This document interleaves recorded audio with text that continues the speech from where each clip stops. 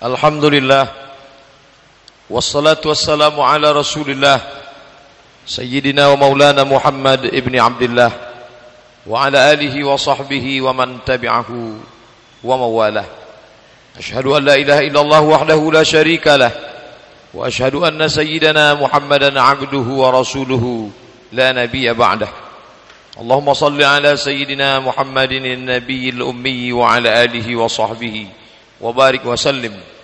قال الله تعالى في القرآن العظيم وهو أصدق القائلين: أعوذ بالله من الشيطان الرجيم. يا أيها الذين آمنوا اتقوا الله حق تقاته ولا تموتن إلا وأنتم مسلمون.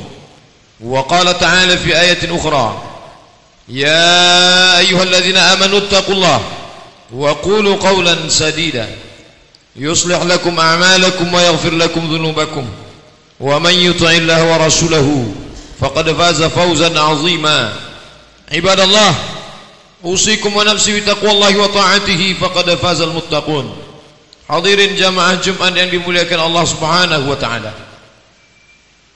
Ketika orang beriman tidak menyadari keimanannya, lalu dia goncang dipukul ombak, dihempas gelombang, pada saat itu kiamat sudah terjadi.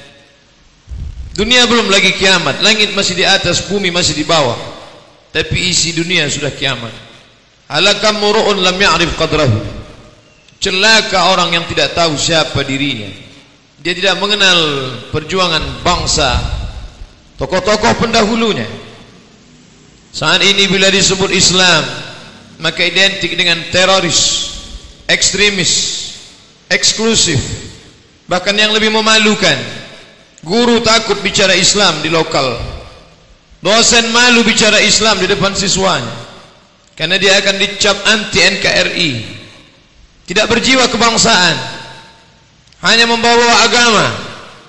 Oleh sebab itu maka kaum muslimin mesti mengerti, masalah orang lain yang tidak memperdulikan kita itu bukan urusan kita, tapi sama orang beriman dalam rangka wa tawasaw bil haq wa tawasaw bis sabr, saling mengingatkan tentang kebenaran, saling mengingatkan tentang kesabaran, bahwa negeri ini merdeka karena teriakan Allahu Akbar.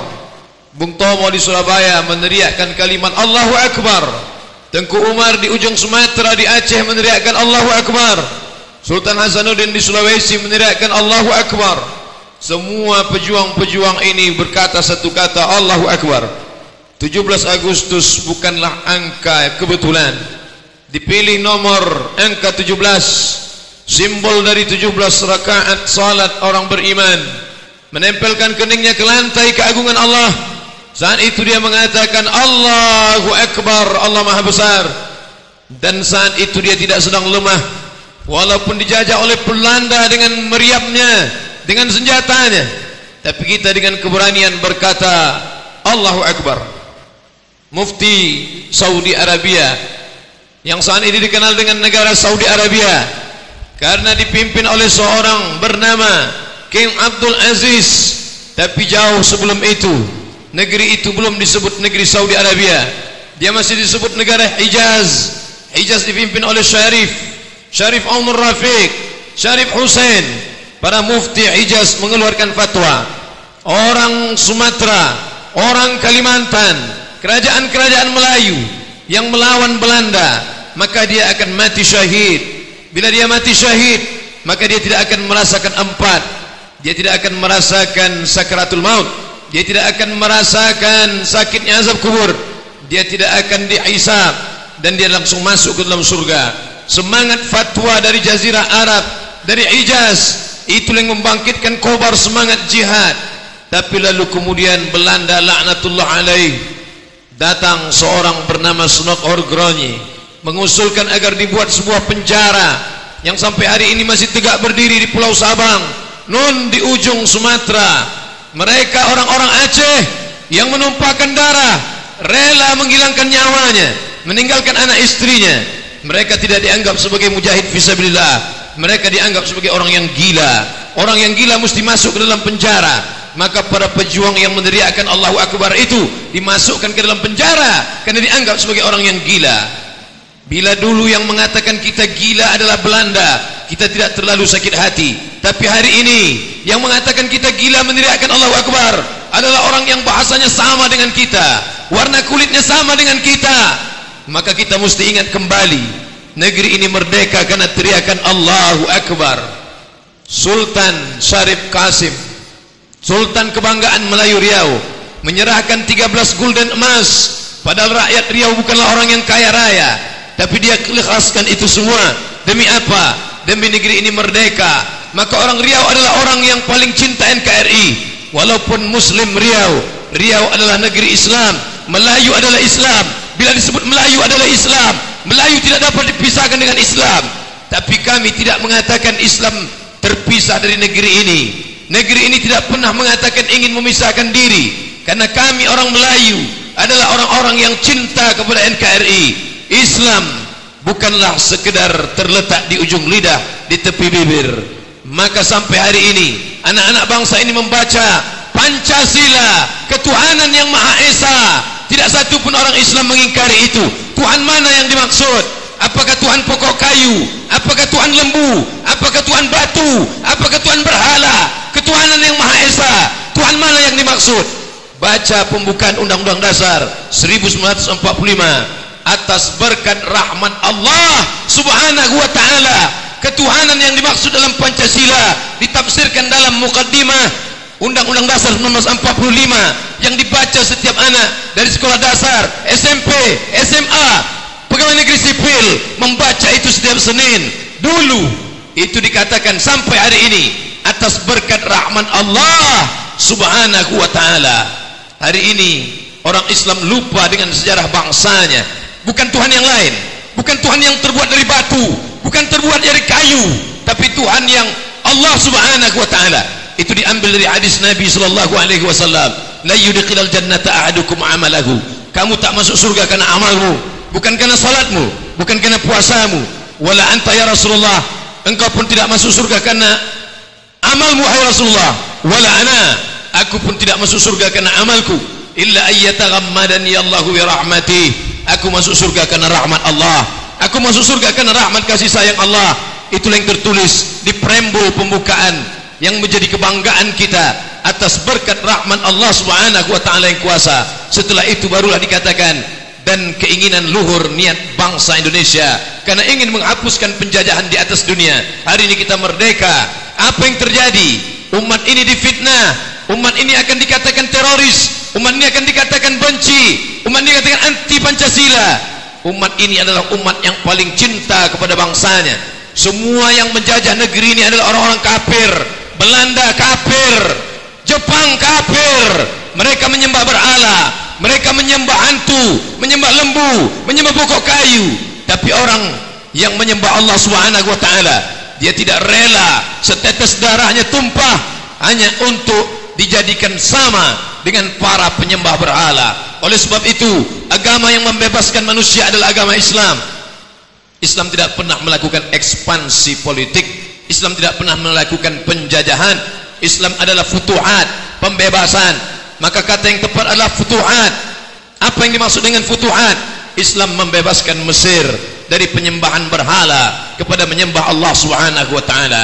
Tapi Islam tidak menghancurkan. Andai Islam seperti yang digambarkan, sebelah kanan dengan pedang, sebelah kiri dengan kitab suci, siapa yang tidak mau mengikut kitab suci, pancung kepalanya, halal darahnya, maka tidak akan tersisa orang India yang beragama Hindu sampai hari ini. Karena Islam pernah berkuasa ratusan tahun lamanya. Islam berkuasa di India, tapi apa yang terjadi? Orang Hindu masih tetap tegak berdiri. Islam pernah berkuasa di Mesir, tapi apa yang terjadi? Sampai hari ini gereja-gereja tegak berdiri, tidak ada orang yang dipancung kepalanya. Islam datang membawa rahmat. Wa ma arsalnaka illa rahmatan lil alamin. Siapa sebenarnya pengkhianat bangsa ini? Bangsa ini dikhianati adalah oleh orang-orang yang tidak beragama, orang-orang yang anti Tuhan, tapi mengatasnamakan dasar bangsa ingin menghabisi Islam. Maka orang Islam mesti mengerti, hai saudaraku yang masih bersyahadat asyhadu an la ilaha illallah wa asyhadu anna muhammadar rasulullah, bila engkau tidak mampu memahamkan orang lain, paling tidak engkau mampu memahamkan dirimu sendiri. Di saat banyak orang gila, di saat orang gila berkeliaran, maka dikhawatirkan orang yang waras akan ragu tentang kewarasannya. Hari ini sudah terlalu banyak orang yang sakit, dikhawatirkan orang yang sehat ragu tentang kesehatannya. Maka ungkapan yang waras mengalah, orang waras tidak mesti mengalah, orang waras mesti melawan. Islam mengajarkan kita perlawanan, tapi perlawanan bukan berarti brutal. Islam tidak mengajarkan kekerasan, Islam mengajarkan membela diri. Wajahidu fi sabilillah haqqa jihadi, berjihad engkau, berjuang engkau, tolong agama Allah sebenar-benar jihad. Hari ini bangsa ini bangga dengan kemerdekaannya 17 Agustus 1945. Tidak ada yang spesial pada bulan Agustus, tapi bagi orang beriman 17 Agustus 1945 adalah tepat pada tanggal 9 Ramadan. 9 Ramadan, kita merdeka pada 9 Ramadan. Mengapa bulan Ramadan? Bulan Ramadan adalah bulan yang penuh dengan kemuliaan. Negeri ini merdeka karena orang-orang yang sedang berpuasa. Orang yang berpuasa teriakannya keras, orang yang berpuasa matanya tajam, orang yang berpuasa tidak takut mati. Negeri ini merdeka karena orang yang lapar. Negeri ini merdeka karena tuan-tuan guru, para kiai, buya yang berdoa di munajatnya di tengah malam, anak-anak muda yang berjihad, mereka tidak takut mati karena dalam kitab suci mereka dijanjikan, hal adullukum ala tijaratin tunjikum min azabin alim. Hai anak-anak muda, hai orang yang tua, hai kaum muslimin, maukah aku tunjukkan kepada kalian perniagaan kalian tak pernah rugi untuk selamanya? Apa dia? Tu'minuna billah, kau beriman kepada Allah, wa tujahiduna fi sabilillah, kau berjihad di jalan Allah, bi amwalikum wa anfusikum, dengan hartamu, dengan nyawamu. Bila kau kaya, kau berjihad dengan hartamu. Bila kau tak kaya, kau berjihad dengan nyawamu. Tapi berapa banyak orang-orang yang kaya mati dengan hartanya juga untuk agama Allah. Mereka berjasa menegakkan negeri ini atas nama Allahu Akbar. Tapi apa yang kita lakukan hari ini? Andai kau tak sanggup membela negeri ini, paling tidak belalah dia di depan istrimu, di depan anakmu. Jangan sampai anak lajangmu mencaci maki pejuang masa lalu.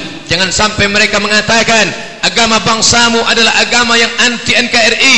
Jangan sampai kau katakan ulama dikriminalisasi, karena sampai masanya perjuangan itu akan tiba juga. Apa yang terjadi pada Haji Abdul Malik Karim Amrullah? Dia terduduk lesu di saat kepalanya ditunjuk, hai pengkhianat bangsa, hai Hamka, kau mau menjual negeri ini ke Malaysia, kau mau menjual negeri ini. Buya Hamka terdiam. Dalam hatinya dia berkata, aku seorang datuk di bumi Minangkabau, di Maninjau aku dimuliakan orang. Aku seorang ulama besar bertitel doktor, doktor dari Al-Azhar University, bertaraf kelas internasional, doktor dari Universiti Kebangsaan Malaysia UKM, doktor dari Universiti Sutomo Beragama. Tak layak aku dihina seperti ini. Datang setan berbisik ke telinga Hamka, hai Hamka, lihatlah di tepi jendela ada pisau silet yang tajam. Kau potong saja urat nadimu, kau biarkan darahmu tumpah, mati saja kau Hamka, tak ada gunanya kau hidup. Tapi Hamka melawan. Untaian kata demi kata itu dia torehkan dalam buku berjudul Tasawuf Modern. Ketika dia sakit, dia minta kepada anaknya, tolong bawakan buku Tasawuf Modern, karena itu kenangan yang luar biasa. 40 tahun yang lalu, apa yang dialami Hamka bisa jadi terjadi pada siapapun yang meneriakkan Allahu Akbar di negeri ini. Dendamkah Hamka? Tidak. Terbuktikah semua tuduhan? Tidak. Adakah dia pengkhianat? Tidak. Hari ini orang membaca tafsir Al-Azhar Haji Abdul Malik Karim Amrullah, sampai hari ini orang mengagungkan namanya. Fitnah akan menjadi asap yang akan dihembus angin, dia hilang, tapi nama yang harum itu akan tetap semerbak. Tapi tetes darah yang pernah luka, hati yang pernah ternoda, takkan hilang dari hati umat Islam. Hamka sudah memaafkan mereka yang menganiayanya, tapi tetap dia torehkan pena di atas kertas agar kita mengerti. Maka bacalah bagaimana penderitaan Nasir yang difitnah, bagaimana penderitaan mereka. Apa kata Hamka bersair, bersilang pedang di lehermu Nasir, tapi perjuangan itu tetap juga kau tegakkan. Berhentikah Nasir dari perjuangan? Tidak. Berhenti menjadi menteri boleh, berhenti menjadi perdana menteri boleh, tapi berhenti memperjuangkan Islam tidak. Dia dirikan rumah sakit Islam atas nama Yarsi, Yayasan Rumah Sakit Islam Indonesia, karena dia tahu anak-anak bangsaku kalau sakit mesti masuk ke rumah sakit Islam, karena kalau tidak dia akan diantar dengan ambulan bertahtakan salib, dia akan dimasukkan ke dalam rumah sakit yang dinding-dindingnya akan mengingatkan dia, melupakan dia kepada Allah pada saat sakratul maut. Berhentikah mereka berjuang? Tidak, tapi mereka sudah mati menghadap Allah sebagai syahid. Tinggal kita yang hidup di atas dunia ini. Apa yang akan kita lakukan? Bila kita tak dapat menyelamatkan negeri ini yang terlalu besar, maka paling tidak kita selamatkan anak kita, anak bangsa kita, negeri kita. Jangan kau takut mengatakan kau Islam, jangan kau ngeri kau mengatakan kau Muslim. Setiap kali kau katakan dalam hatimu, wama ana minal musyrikin, aku bukan orang musyrik. Hanifan, aku condong kepada kebenaran. Musliman, aku seorang muslim. Wama ana minal musyrikin, aku tak pernah sekalipun mempersekutukan Allah. Kita mempersekutukan Allah bukan berarti menyembah berhala. Mempersekutukan Allah bukan berarti menyembah Lata, Uzza, Manat dan Hubal. Mempersekutukan Allah bukan berarti menyembah patung. Tapi mempersekutukan Allah adalah ketika rasa takut mengalahkan takut kepada Allah Subhanahu wa taala. Ketika mengatakan lebih mulia daripada Allah Subhanahu wa taala. Oleh sebab itu, kalau ada umat Islam yang tiap hari mengatakan asyhadu an la ilaha illallah wa asyhadu anna Muhammadar Rasulullah, tapi tetap dia malu membela agama ini, maka tak layak dia hidup di atas muka bumi Allah. Yang dia hidup adalah udara pemberian Allah, yang dia pakai untuk menghirup adalah paru-paru titipan Allah. Detik nyawanya, tetes darahnya adalah titipan Allah, tapi dia malu menyuarakan agama Allah, maka kau tak layak hidup di atas muka bumi Allah. Saudaraku, aku tidak menyinggung agama orang lain. Adapun orang lain yang mendengar, maka salah mereka sendiri. Mengapa mereka mendengarkan khutbah Jumat? Maka dengarkanlah khutbah ini dalam renungan seorang muslim. Terlalu sibuk kita dengan dunia, mencari harta, mencari makan. Berapa banyak orang Islam sibuk mencari makan sampai tidak sempat makan, sampai sakit di rumah sakit, diperiksa lambungnya rusak, berlubang lambungnya. Dokter bertanya, kenapa kamu sampai sakit sedemikian parah? Kamu sudah terkena mah akut.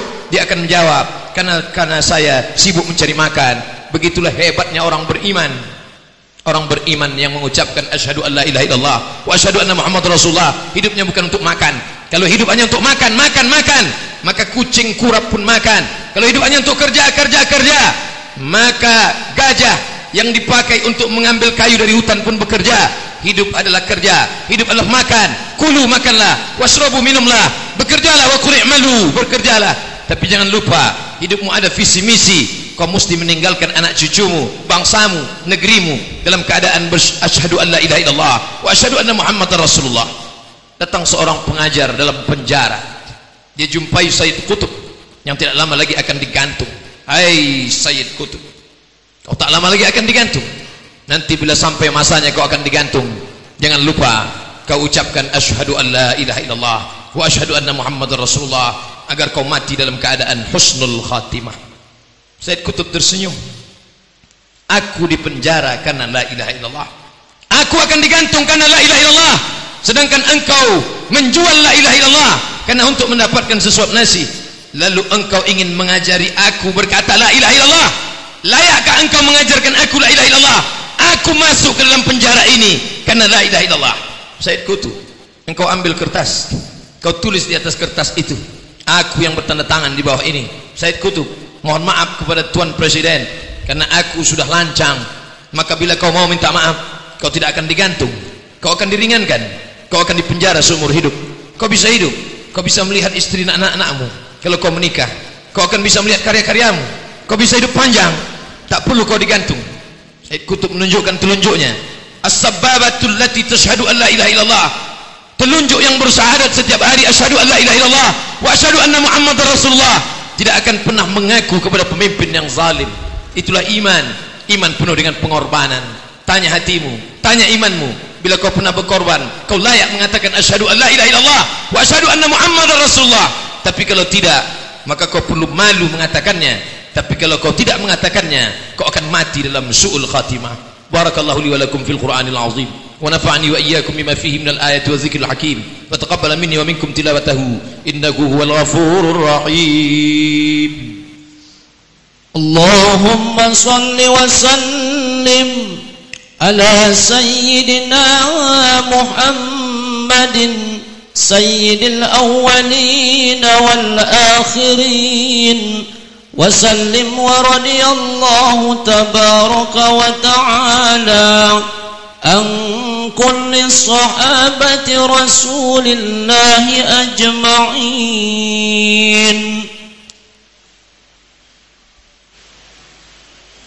Alhamdulillahil wahidil qahhar al-azizil jabbar. Asyhadu an la ilaha illallah wahdahu la syarika lah wa asyhadu anna sayyidina Muhammadan abduhu wa rasuluh. Allahumma salli ala sayyidina Muhammad wa ala ali Muhammad kama sallaita ala Ibrahim wa ala ali Ibrahim innaka Hamidum Majid. Allahumma barik ala Muhammad wa ala ali Muhammad kama barakta ala Ibrahim wa ala ali Ibrahim innaka Hamidum Majid. Qala Allah ta'ala fil Qur'anil azim wa huwa asdaqul qailin. A'udzu billahi minasy syaithanir rajim. Bismillahirrahmanirrahim. Wal 'ashr innal insana lafi khusr illa alladziina amanu wa 'amilus shalihat wa tawassaw bil haqqi wa tawassaw bis sabr. Wa qala ta'ala fi ayatin ukhra inna Allaha wa malaikatahu yusalluna 'alan nabiy ya ayyuhalladzina amanu sallu 'alaihi wa sallimu taslima. Allahumma ighfir lil muslimina wal muslimat wal mu'minina wal mu'minat al ahya'i minhum wal amwat bi rahmatika ya arhamar rahimin. Allahumma izzil islam wal muslimin wa khudhil kafarata wal musyrikin wa dammir a'da'aka a'da'ad-din. Allahumma ansur ikhwana al mujahidin al mazlumin fi Palestin wa fi Rohingya wa fi Suriah wa fi kulli makan wa min masyariqil ardi ila magharibiha. La tada' lana fi maqamina hadha wa fi sa'atina hadhihi dhanban illa ghafartah wa la hamman illa farajtah wa la daynan illa qadaytah wa la musafiran illa wasaltah wa la maridan illa shafaitah wa la mayitan illa rahimtah wa la hajatan min hawaijid dunya wal akhirah laka ridha wa lana fiha salah illa qadaytaha wa yassartaha ya akramal akramin. Ibadallah, أوصيكم ونفسي بتقوى الله وطاعته فقد فاز المتقون. إن الله يأمر بالعدل والإحسان وإيتاء ذي القربى وينهى عن الفحشاء والمنكر والبغي يعظكم لعلكم تذكرون. فاذكروا الله العظيم يذكركم واسألوه من فضله يعطكم ولذكر الله أكبر والله يعلم ما تصنعون. أقم الصلاة.